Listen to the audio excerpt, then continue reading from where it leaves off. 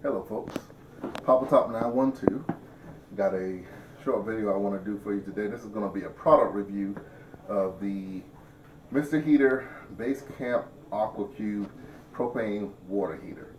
What we got this water heater for was when we're going camping, this will be our water when we want to have hot beverages, and also it's going to be our shower that we use when we're out camping in the woods, primitive camping. So without further ado, I'm going to go ahead and get started with the review. I'm going to go over everything you get with the package. I got this, ordered it straight from Cabela's, and it came all inclusive with the carry case and everything. You can see this is a very nice carrying case. It has two handles and a shoulder strap. The whole unit's not that heavy, but the shoulder strap does make it nice when you want to try to carry it a relatively long distance. It opens on top, and that pulls back, and then you have the unit here, and then all of the other accessories that can go with the unit goes in this pouch here. I'm still carrying the instructions with me, so until I really get used to it. I've only had it for a week now, and I've used it once out camping over the weekend. Everything worked out good. A couple things did come up with error codes, and I'll go over those error codes with you.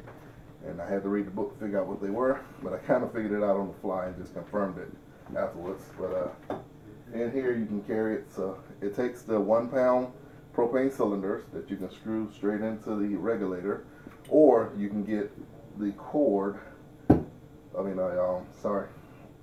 guess it's a hose that you can extend it out and connect it to a 20 pound propane cylinder if you're going to be doing a lot of usage.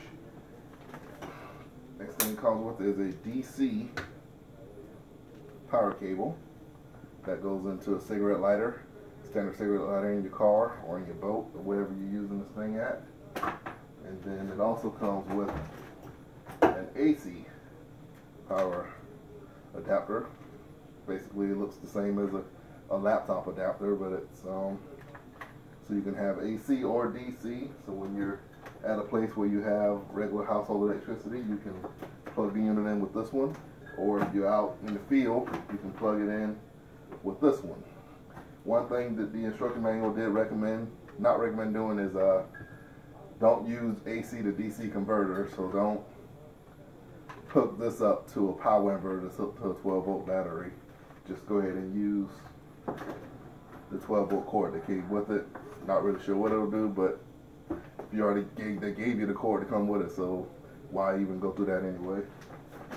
This is the regulator that comes with the unit, and then you have, I think this is a 6 or 8 foot shower cord with the quick connect coupling, and then the on and off switch. It also has a couple of different adjustments on the head to different streams of water that can come out of there as well. Then you have the actual water pump. And this is the water pump right here. It's a fully submersible pump. You can just drop this down into a bucket of water, but it's recommended that if you just got clean water, you can just drop it in the bucket. But if you're going to be using like water out the river or something, it's recommended that you put some type of filter or screen around it so it doesn't suck up any trash. Again, it's got a quick connect on it, and this is the power cable that you plug into the unit to activate the pump to start pumping the water. And like I said, this is something you have to buy yourself, but this is a 5 foot propane hose that I use to connect to my bulk adapter. Connect to my 20 pound propane cylinder whenever I go camping. I just got everything hooked to the 20 pound tank, and then I just carry a couple of these little 1 pounders in case I run out while I'm out there, which is highly unlikely that I'm going to do. Then you have the actual unit itself. I'll go over that unit in a little more detail in a moment. And inside of the case, it's got water proof seal on it, and it has this little divider as well to separate the unit from the other stuff. So, I think it's a good case. The case reminds me of like a soft cooler that you would take to the beach or something. That's what it feels like it's made of. So now, to the unit itself, we'll just start at the front here. And again, it's not very heavy. I mean, you wouldn't want a small child or a woman to lift it, but for a grown man, you should be able to handle this fairly simply. The front is an LED panel. It's got a power button. Turn it on. I got it charged up. This would be your inlet temperature, so that would be the temperature the water is coming in the unit. And then you got the outlet temperature, which is the water coming out of the unit. Then this middle button right here switches between, I don't know if you can see that light lit up right now, it's the shower head, but if you push that button there, it switches to the faucet, which is over here. It's a swing out faucet, and it also has a flow control for low and high flows on that faucet. And then this is the actual start button, which will activate the pump to start pumping water into the unit. And this is the fuel control, minimum up to maximum. That's how you control the actual temperature of the water coming out. I believe this unit it's somewhere between 30 and 40 something degrees that it will raise the water temperature. So if you're going to try to use this like in winter camping, you're probably going to want to use a bucket and cycle the water, just suck it in, and then use this here to pour it back out into the bucket so you can get it up to temperature. Because if the water is 40, you're only going to get about 70, maybe 80 degree water, which isn't that bad when it's 40 degrees outside. But if you cycle it a few times, you can get that water up to 90 or 100 degrees. It's going to feel a lot better.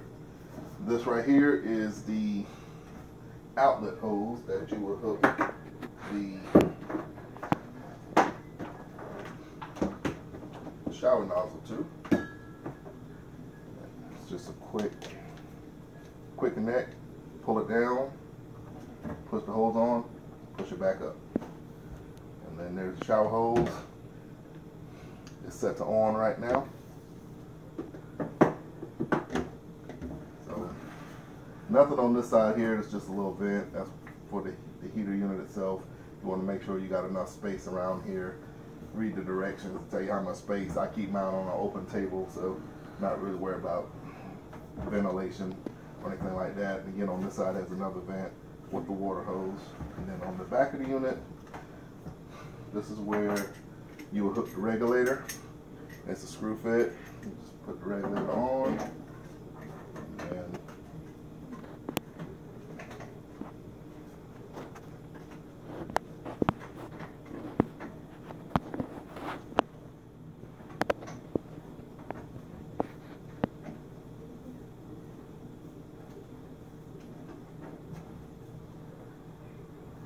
put it on there hand tight. You don't want to over tighten it. Just put it in hand tight. And when you're using the adapter hose, you can angle this any direction you need it to, depending on where your tank is. So then just lock it down pretty snug. Once you get that done, just take your fuel cylinder,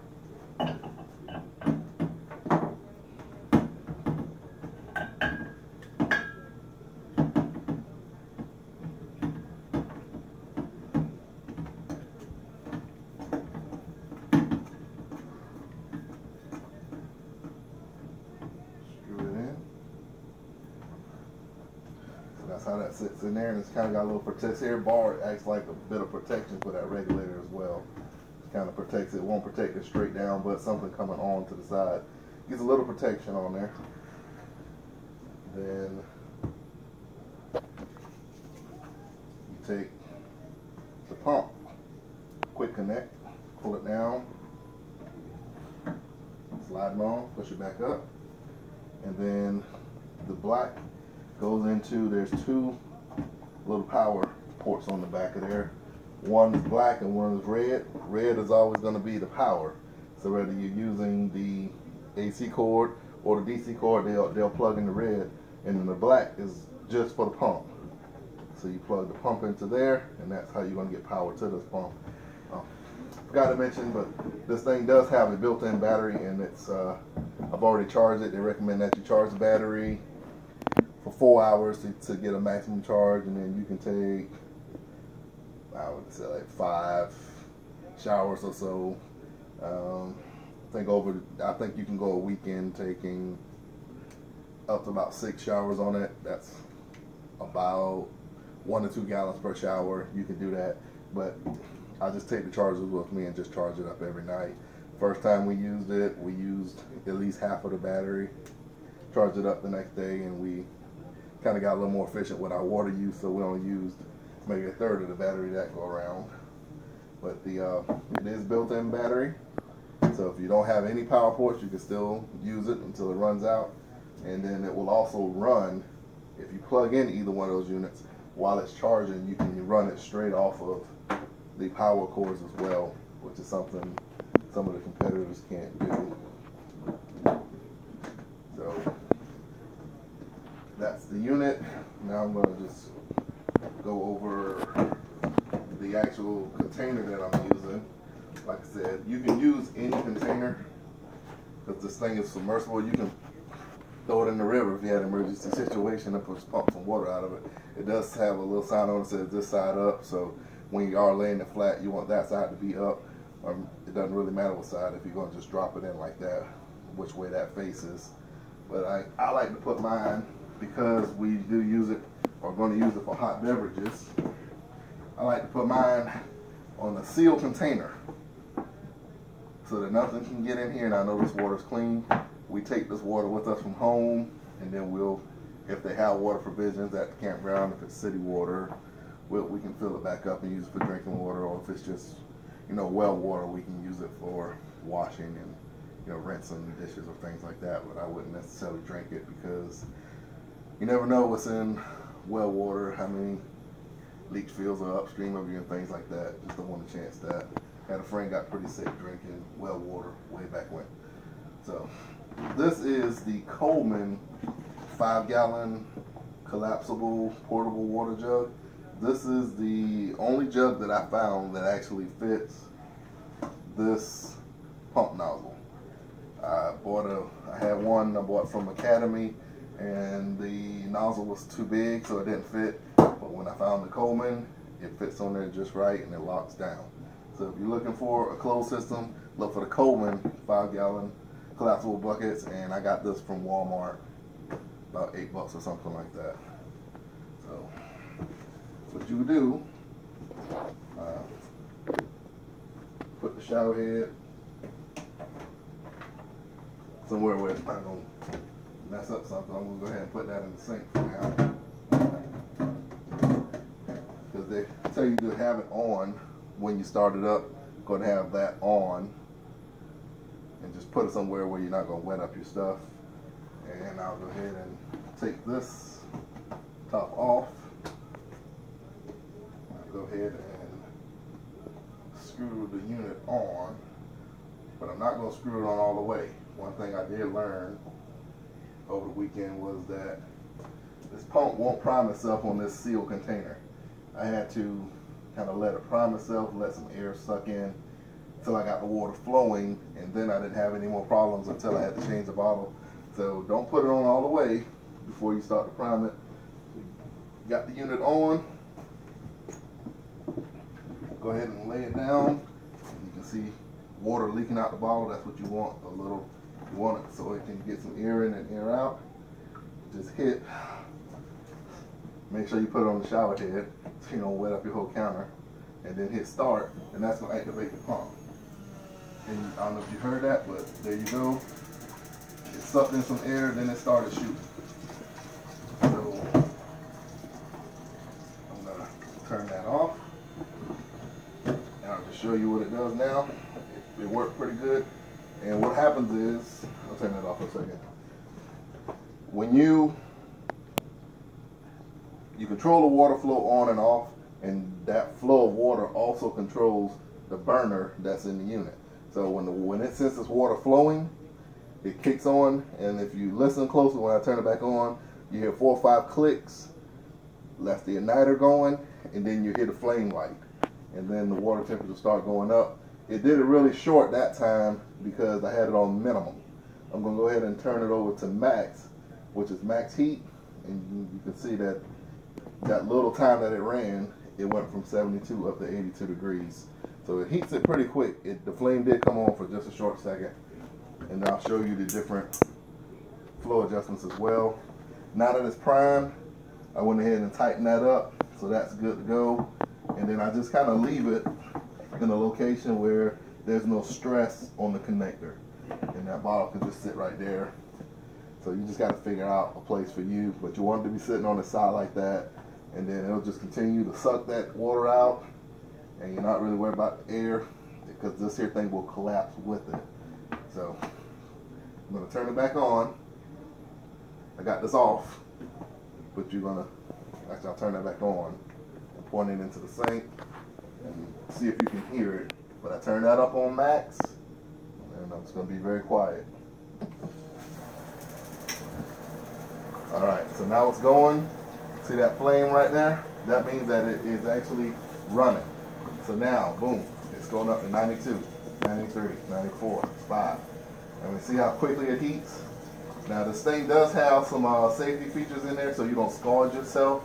Once it reaches 113, somewhere between 113 and 121 degrees, the flame is going to go out, and it's just going to use the heat that's on the coil to keep the water running hot. And then if you get past like 118, it's going to air out, and it's just going to kind of stop. And what that's going to do, that just protects you from scalding yourself. You see it's got up to 115 right there, and that's about 40, 71, 91, it's about 40, about 45 degrees there, so it's doing really good right now. And this water is hot on my hand. I'm trying to see if I can get it to air out. Getting up to 118 there. It should start kicking itself off in a minute. Hope it does before I run out of water. Alright, well, that's about as, oh. Let's see what it does. Come on, baby. Get up there. But again, 119, you can see I'm running it on my hand. It feels good on the front of my hand, but it is hot on my arm. So on your sensitive parts of your body, that might burn. So unless you just like taking hot showers, really hot showers. And this pump does about a gallon a minute. You can see that water level going down in the tank, but you also see the bottle starting to collapse as well. That's how it's venting itself. It's just collapsing on itself. So I can't really get it up to the air out, so I'm going to go ahead and just stop it for a second. And once I turn this off, the flame went off. So now you can see it's just running. Now, the book says you can turn the shower head off and leave that pump. It doesn't say anything about turning that pump off, so you know, while you're at this point, you could be lathering up and washing. I don't know what long-term damage would happen just having this pump do that, so I normally turn it off. But see right here now, that temperature gauge right there, it's saying that it reached that 118, it cut off. It's not going to use that flame anymore until the water slows down. So I'm going to just turn that back on now and see what it'll do. And there you went, E7. E7 meant outlet temperature was too high. The unit is not going to do anything until the outlet temperature gets back down low, back below 113. And so I kicked back on right there. That water was back down to 72 degrees coming out, and now it's starting to heat up, and it's heating back up on my arm again. So we did actually get an error code, and I think the reason that error code kicked in was because when I stopped the water from flowing, it was just sitting in there, sitting on that heater core, and it started heating up, and it made the error. So now it's up to 115 here again. Stop it again. Now I'm doing my last little bit of washing, and I'm getting the last little piece soaked up, and everything's good. It's a very good unit. All I can tell you is that 2 gallons of water is not a lot when you're taking a shower, but you get used to it when you're out in the field camping. So I'll just go ahead and turn that there off. We do have a little bit of water left in here, so I'll show you how the water faucet works as well. And this actually controls the flow of water. I think it controls the flow of water for the shower as well. Let me check that. I never checked that. So got a little bit of flow there. And see it air it out again because that water was sitting on there. Now it's just, ooh, that was really hot too when I put my hand in there. But I'm gonna see if we turn that. Okay, that had no effect on the shower. It's only for the water faucet. So I'll turn that there off for a second. Oh, I never did show you guys the different shower heads. So one last time, get the water flowing. You got the screen, then you got some jets there, and then you got that little kind of waterfall, light rain effect. I prefer the stronger one, that one, or that one there for me. So it's got like 3 or 4 different heads that you can use flows. So I'll turn that off. When you turn it off, that flame light goes off. It's fully automated,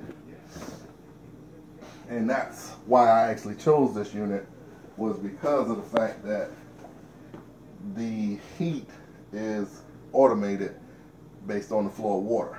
So like I said, it doesn't say anything about not running that pump, and it's not like you're going to be running this thing for 10 minutes. You jump in the shower, you wet your body, lather up, and then you rinse off and you get out. So it's not going to be running continuously forever. So I don't think it's going to do anything, and the book didn't say anything about it. And you get a 12-month warranty, so better to find out now than to find out later. So let it run while it's under warranty, see if it's going to work. Now I'll go ahead and I'll demonstrate this here for you. Just get a picture. Yeah, that's tall enough. Just swing that arm out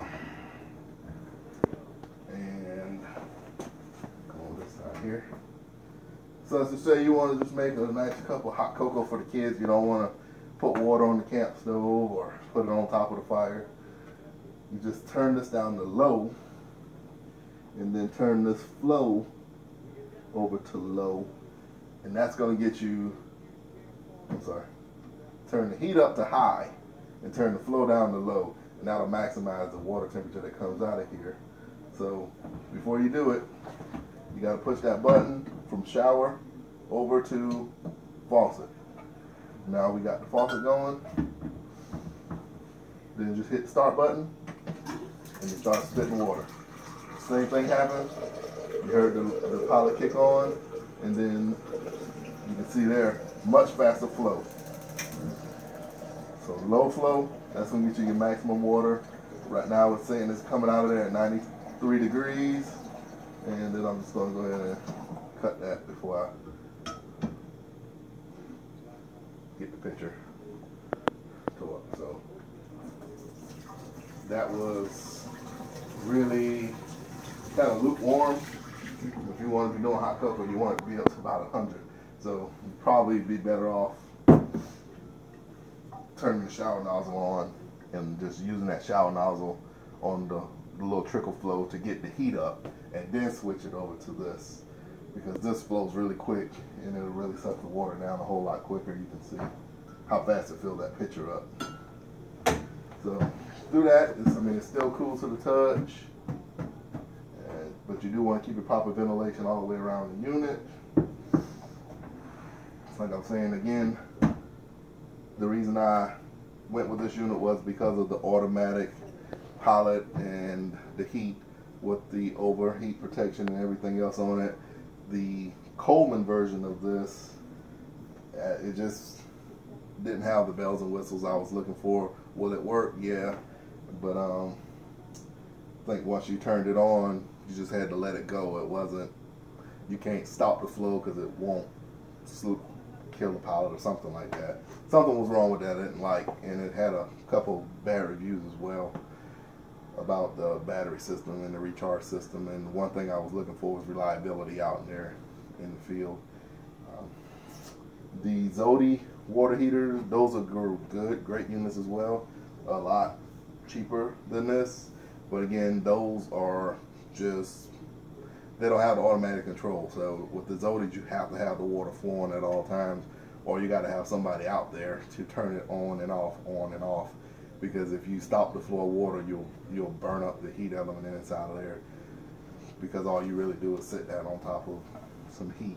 So you don't want to burn up your heat element. So again, that was why I chose this one when I was in the field. So now you can see, went through about 4 gallons of water, about a half a battery left, and at this point it will take 2 hours to recharge that up. And so the battery life is whatever. I guess it's okay. You can take, that would have been 2 showers, so not too bad. And again, everything worked out good. I got there's like 3 errors that show up, and I think I got all 3 of them while I was taking a shower at one point. But the E6, E3 would mean there's something wrong with the ignition system. It's the burner's not lighting, it'll just shut itself off. And then the E6 was the over temp shut off. That was that little one there right there when that thermometer came on. And then the E7 was whenever that got past 118. And all of that kills out the heater unit so you don't scald yourself or cause any damage to the unit. And then it also has a tilt protection as well. So let's just say somebody, you're using it and somebody doesn't realize that they bumped the table and it slips or tilts, it automatically cut out till the level's off. I think you have to wait a few minutes, but then you can turn it back on. So again, that's my overview and review of the Basecamp Aqua Cube by Mr. Heater. I give this unit a 5 out of 5 rating because it did everything that was supposed to do. And the only thing I wish they would do different would be maybe have a way to control that pump so it's not pumping when you're not using the water.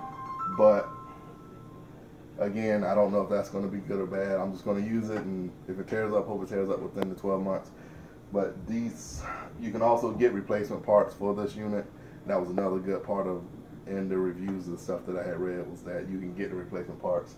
So you can get a replacement pump. And I also read where some people made modifications and put stronger pumps on these as well. So if you got any questions, just put it down at the bottom and I'll try my best to answer them for you. And again, I hope this was helpful to somebody that was considering getting one of these units, or actually just in the market looking for a propane powered water heater, whether you're camping, out hunting, anywhere, any place where you're going to be gone for a few days, or or a longer period of time, where you need some comforts of home. This is a great unit for that. Papa Top 912. Thanks for watching.